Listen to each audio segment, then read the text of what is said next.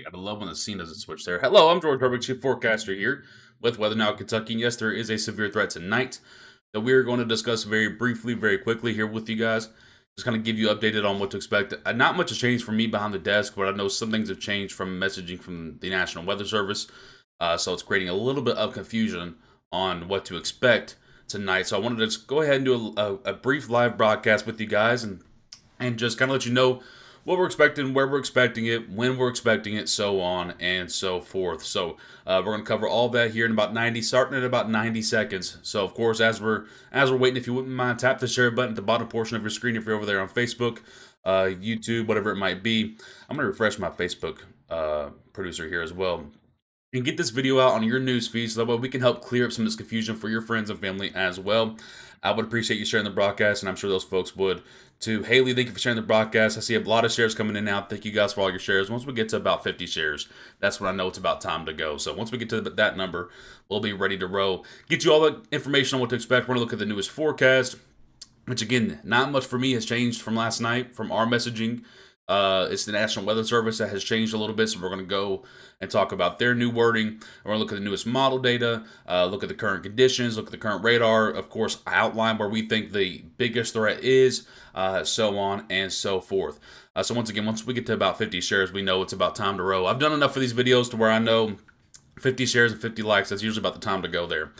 Vicky, hello, how are you on YouTube? Morning Glory, hello. Stacy, Maria, Michael, Vicky, Audrey, J.E., Icarus, hello, how are you all on YouTube? Chastity, Amanda, April, Savannah, Lauren, Lana, hopefully I'm saying that correctly. Shelly, Paula, Courtney, Haley, and everyone else, thank you for sharing the broadcast. I appreciate you. I see your guys' questions. We're going to get into those. If you are just now hopping onto the broadcast, once again, we have not started yet, so you have not missed a thing. I'm George Herbig, Chief Forecaster here with Weather Now Kentucky. We do have an alert day out for tonight. We also have a tornado watch that has been posted by the National Weather Service out of Louisville and Paducah. And we're going to go ahead and cover those areas for you as well. And kind of get you all the meats and potatoes on what to expect for tonight. So again, you have not missed a thing. I see a lot of people asking about recaps and stuff. The video just started. You have not missed a thing, I promise you. All right. I'll go ahead and start a little bit. Don't pay attention to this down here. As a matter of fact, I'm going to hide that real quick. I have to update that word, the headline down there. But anyway, let's go ahead. Jesse, hello, how are you? Go Cards. Morgan, hello, how are you? Destiny, hello. April, hello. So let's go ahead and get rolling here. So yes, we do have a tornado watch that has been posted. We'll break this down. Again, we'll break down the model data. We'll break down the current conditions.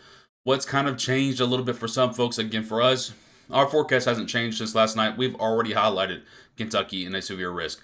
It's the SPC that's changed this morning. For those of you that don't know, the SPC stands for the National Weather Services Storm Prediction Center. They have brought their risk down to Kentucky a little bit as well now. So again, for us, it really hasn't changed. But I do want to clear up some of the confusion because I know some folks listen to the National Weather Service more than us, and that's perfectly fine. But I just want to clear up some where that confusion might be there. So let's go ahead and get rolling in here on what to expect. Your tornado watch is posted in pink here. Don't pay attention to the two different shades. That's just the two different offices issuing watches there. All right. I really hope some point now in the future we can get this smoothed out. So because you'd be surprised how many people ask about this. But don't pay attention to the two different shades of pink here. This is all just one watch here. And right now this currently extends from West Kentucky, as you can see here, not including Paducah, not including Mayfield, Clinton, all those areas out there in far west, stretching to the I-65 corridor here. I know when I look over here, my first question I'm going to see is, will this be expanded? I think the odds of this being expanded any further than this is very, very, very low. I won't say it's impossible, and I won't guarantee it won't be expanded. Maybe a couple rows. But at this point, from what I'm seeing, by the time this line gets to about Radcliffe, E-Town, Horse Cave, Glasgow, Louisville, it should begin a very, very rapid weakening trend. It's until it gets to that point where storms might be quite loud, severe, strong, whatever type of verbiage you want to use with that. All right. So again, I don't expect this to be expanded any further. I know some folks from Tennessee ask us if it might go down there. I don't think so. I don't think it goes out to Eastern Kentucky. Thank you for becoming a subscriber on Facebook, Fari. I appreciate that. And so I don't expect this to go any further. But that does not mean you won't see strong to maybe even severe level thunderstorms for places like Lexington or Frankfort or Springfield or Campbellsville or Liberty. Just because you're not in pink I think the tornado risk very, very rapidly drops off. I don't think our tornado risk, despite there being a watch out, I don't think our tornado risk is extremely high tonight. Is it there? Yes, it is. And do I expect to see a couple tornadoes? It's very possible. All right, but I don't think it's anything remarkably high to write home about. I think that's more so for north of the Ohio River, where you're already seeing action kind of taking place up there. But I do expect that wind gust threat will continue into Frankfort, Lexington, Nicholasville, Danville. You could potentially see a severe thunderstorm warning beyond where this pink area is over here to the east. Will they do it? No idea, folks. They make those decisions at the National Weather Service. We do not, and nor should we. All right. So that's your current tornado watch. I do want to cover the current SPC outlook that just got updated at 4 p.m. Eastern time. And again, it kind of matches. I want to show you real quickly. The map that we made last night. So we made this map about 7 o'clock last night, 7 to 8 p.m. last night. And again, we haven't changed it at all. I think you probably could have pulled this back a little bit to the west. It probably didn't need to go this far east if you're wanting to split hairs. But we were like pretty much the only people that included in Kentucky in a more elevated severe threat, if you will. And again, this hasn't changed really at all, in my opinion. I still think the best ingredient mixture is up here north of the river. But what we've seen today is, and I'll show you this as well. And again, then I'll go back into my spiel here, if you will. But the biggest change, a lot of folks have been asking, what changed today? Where did this watch come from? Nothing has really changed a whole lot for us because we kind of saw this trend coming a little bit. This almost always happens in these types of scenarios. But yesterday, or earlier this morning, the low pressure was suggested. This is a 12Z run from the HRRR, which means this was about 10 a.m. this morning that this model came out. It said, hey, the low pressure that's responsible for this storm event will be in northern Illinois by about 7 o'clock or by about 5 o'clock. Well, at 5 o'clock, I took this picture of where the low pressure actually was. That's a big difference. That's a big difference. Again, the HRRR model had it to where my cursor is up here. It's all the way down here. And so what that means is we know that when we have a cold core setup like this, and basically there's all kinds of different setups, but we know this is a cold core setup. And we know that typically in cold core setups, the area that's south and east of that low pressure within a 150 mile to 200 mile radius or so, that's the area that sees the stronger to severe weather. And then as you get closer to that low pressure, that's the area that sees the more significant severe weather. So this would tell us, hey, from here over to the east, about 150 to 200 miles, this is the area that sees the severe weather, and south about 100 to 100 or 200 miles or so. So that kind of goes to right where that tornado watch currently is. So if you go back out here and look, tornado watch is about where that 100 to 200 mile radius is. So that's your biggest change, if you will. Again, I kind of saw that coming. That's why we went ahead and pulled the trigger on the more southern forecast last night. But that's kind of the only real big massive change that there is. It really hasn't been a big massive change to CAPE or all those other fancy ingredients that you hear about. It's about the low pressure and its position and how it's moving right now. All right. So that's currently where you're at on everything. Here are your current dew points. A lot of you are going to see this and say, George, didn't you just say on Saturday 60 degrees is kind of where you see the more increase in severe weather? Typically, yes. On dew points between 60 and 70 is your sweet spot for severe weather. All right. Now, in cold core setups, basically what we mean by cold core is there's so much cold air above our heads. There's actually a massive blizzard going on just on the northwestern side of this storm. A massive blizzard going on. So we know there's a lot of cold air available with this several thousand feet above our heads. If this was coming in January or so, this might be a full-on blizzard for Kentucky. But since it's coming in March, that means a cold core setup is the setup that we're looking at. And in those setups, you don't need dew points to get to 60. You need dew points to be around 50 to 55, maybe even up towards 60. Of course, the warmer the dew points, the better for severe weather.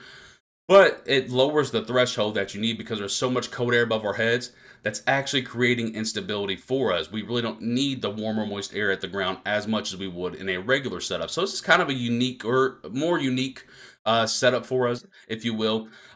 Is it not as common when it does happen? It's usually around March, and of course it is March 19th.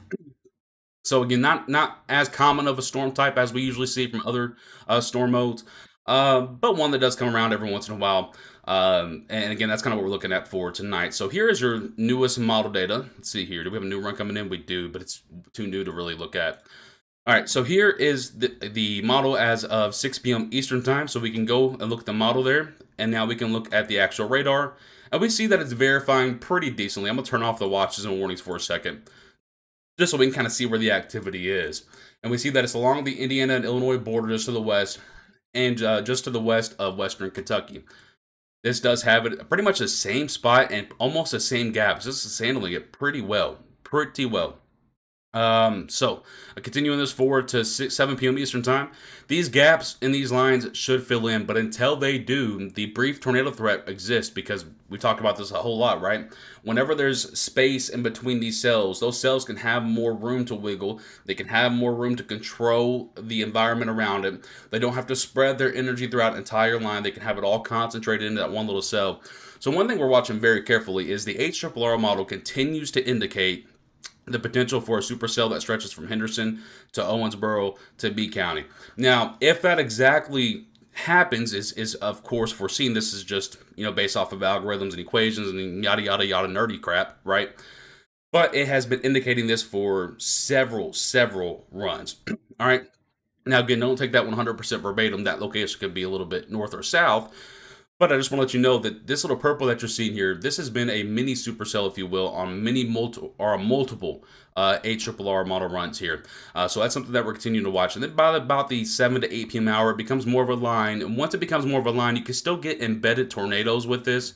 But the main concern at that point is going to be damaging winds and perhaps some large hail. I will say up to ping pong ball sized hail could be possible once again. I don't think we'll see baseball sized hail like we saw in Owensboro a few days ago, but ping pong ball sized hail is still certainly large enough to cause injuries if you're outside or damages to your homes and vehicles. It's definitely still a large hail threat.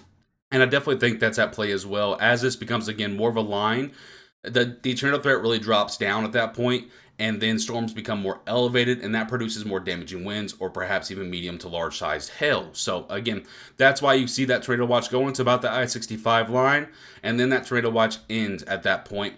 And again, I think I agree with that as well, based off of everything I'm seeing, and of course this model run that you're looking at for yourself here, that kind of shows it well too. And then once it gets to about I-65 and then points east, it should rapidly weaken into just generally thunderstorms. Of course, lots of lightning involved with this. And then by the time it gets out toward past the I-75 corridor out there toward folks in Richmond, going out there toward Berea, Moorhead, Somerset, Monticello, Harlan, all those folks out there, then it's generally just a rain shower at that point with a few lightning strikes involved. So again, I think there is a tornado threat that exists basically from West Kentucky to about, let's say, Meade County, Grayson County, Warren County, Ohio County, so on and so forth. And then past that to the east there, that's where I think it turns into more of a wind and hail threat. You can still get a couple tornadoes, but it's not going to be as organized. So what I want to do now is kind of zoom in on this area here. And I just want to kind of make a circle for you real quickly of where I think the biggest threat mode or the biggest threat is. I'm going to turn off the radar for a second just so it's not as clustered there, if you will. And again, I think this is your area where you see the primary threat for tornadic activity tonight in Kentucky. I still think the best tornado odds are to the north. All right. This is just basically about a 5 to 7% chance at least one tornado occurring, according to me. I want to make that very clear. Some people will say I'm clickbaiting, so I want to make that very clear. And then again, I think you can extend it out to here for maybe like, I don't know, a 4% chance. My 4 looks very ugly there, but you kind of get the point. And then maybe a green. Let's do a green color here for this area. And then this will probably be like I don't know, maybe a 2% chance. So again, you kind of see for yourself, the odds are not extremely high tonight for tornadic activity. I think the damaging wind is the main threat. And we could see wind gusts all the way up to 70, 75 mile per hour. And of course, ping pong ball sized hail. And I also want to say that out here, you'll see storms continue to produce a wind and small hail threat. But I don't think I'll put the tornado odds at 1%. Because I don't think it's 0, but I don't think it's anything really to be concerned with either. This is, again, more of the damaging wind, hail, so on and so forth. So that's kind of, if you will, that's kind of my zones. And that really hasn't changed much from our forecast that we posted, once again, last night. So I get to a few questions now. I'm not going to get in all the backyard questions because I want to make this very brief, very quick, so I can get back to looking at the new data that's coming in. Also, try to crush some dinner real quick so I can have live coverage with you guys tonight. We will have live coverage throughout the entire storm event, especially if it's something that looks a little bit more serious. But again, I don't think it's an overwhelming threat tonight. I don't think we're looking at anything like we saw the potential anyway, like last weekend. But I do think it's a risk that we need to, of course, respect. There is a tornado watch out, and again, the best odds for if we see a tornado to occur, the best odds for me would be from Morganfield to Henderson to Owensboro, Calhoun, Seabury, Hardinsburg, Irvington, Brandenburg, so on and so forth. And of course, again, dropping off a little bit for Madisonville, Central City, Morgantown, Brownsville, Litchfield, Elizabethtown, Radcliffe, even Metro Louisville, and Marion. And then, of course, below that, I think you're looking at more of a damaging wind threat and large hail threat. And again, that hail could produce, several damages out there. So I'll get to a few questions now. The main timing of once again is anywhere between now and 11 p.m. Let me go ahead and draw a new map real quickly because I know there's going to be a lot of folks that ask about timing. So let me go ahead and get that ripped out here. So here to here, this is up until about 8 p.m. That is the worst 8 I think I've ever. Let's go ahead and just completely redo that. Oh my goodness. Okay. And by the way, these times are going to be all Eastern time, folks. And then here to here, you're probably looking up until let's call it 7 to 9 p.m. ish, right? And then here to here, you're probably looking at that's again, this is up to 8 p.m. So this is 6 to 8. Let's go ahead and read. There we go. And then this is going to be anywhere between let's say, again, the 8 is just looking terrible. Let's just go ahead and call it 9 to 11 p.m. And again, these are going to be all Eastern time. So, of course, you take an hour off for Central time. So that's your timing that I'm looking at right now. And then again, beyond that, storms will occur, of course, out there from Mount Sterling, Carlisle, Manchester, Annville, Corbin, Williamsburg, out there in Eastern Kentucky. But it'll be much later for you, and the rain should be the main threat there, not necessarily any type of severe weather. Also, not seeing a whole lot of rain with this.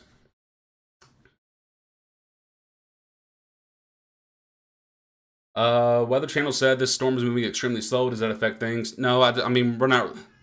Storm motions aren't in a cold core setup aren't as important. Caitlin says my radar on my phone shows the line not forming until right up on BG. Again, we still see gaps in that line. You can kind of see it here for yourself. So here's the newest model run. I'll go and pull up the newest one. So we'll see gaps in that line for Western Kentucky. And then by the time it gets towards Central Kentucky, that's where you'll see more of the actual line congeal and fill in. So yeah, I would say it's pretty accurate there. Let me go and pull this back up real quick. Again, LV, so you're under that tornado watch in Bowling Green until midnight Eastern time. I don't think you're under a threat all the way until midnight Eastern time, and I don't think Bowling Green's going to get on too much action down there. But again, the risk is there for some severe weather to occur. Just to clarify, this is not like Saturday's event. No, Haley, I don't think now we got very lucky on Saturday that things trended a little bit more north and outside of Kentucky. In southern Indiana, even just across the Ohio River, had multiple tornadoes to occur. So we got very lucky in Kentucky on Saturday, and I don't think a lot of folks realize that. And number two, the potential on Saturday was a lot higher. We had a lot more ingredients in place. Here, the potential is there, but it's definitely not nearly as high as what Saturday was. Yeah, Princeton's going to be really close for you. It's going to be more isolated. So you may get hit in Princeton, it may go around you, so on and so forth. Hail there in E-Town, there is a threat for hail in E-Town. Of course, cannot guarantee that occurring, but there is a hail threat in E-Town. Henderson is one of my areas where I think the bulk of severe weather may actually occur here very shortly. So be on the lookout in Henderson. Christian, yes, wind gusts are on the table, my friend. Is this something to stay up? Well, most folks should be up until 11 p.m. Eastern time anyway. I think the threat really drops off around 10 p.m. 10 p.m. guys. So if you guys can make it till 10 p.m., I think you'll be good to go. The main threat is absolutely going to be damaging winds, but there is also a 5 to 9% damaging or a tornado threat as well. Maysville, Kentucky, I think is too far east for this. You're going to see rain occur late tonight, but severe weather, I do not foresee that happening there.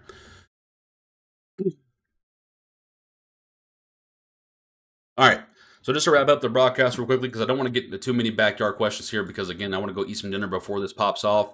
And all of this information is also on our page and stuff as well.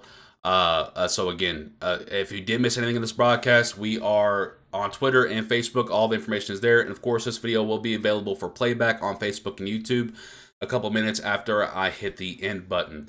That said, I'm George Herbig, Chief Forecaster here with Weather Now, Kentucky. Overall, not an impressive threat for tonight, not as overly impressive threat for tonight. However, it is a respect that we have to, it is a threat that we have to respect, and we will be here for you with live coverage throughout the event. So we will have live storm coverage on our YouTube and Facebook. So make sure you have notifications turned on. Anyway, I will see you guys here very soon. We'll make several updates, and I think that's about it. Again, I'm George Herbig, Chief Forecaster here with Weather Now, Kentucky. Until next time, stay safe, folks.